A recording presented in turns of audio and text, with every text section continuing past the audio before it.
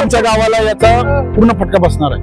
याचं सत्यानाश होत लागेल तर सर आम्ही इथेही घातलं तर हरकत नाही.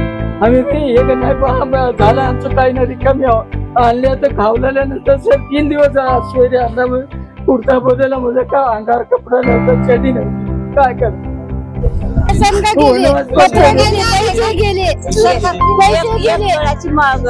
म्हणजे समजा संघ गेले तर बघा गेले तर मला काय जाऊन गेले मला आज मध्ये माळाने हिंडल्या त्याला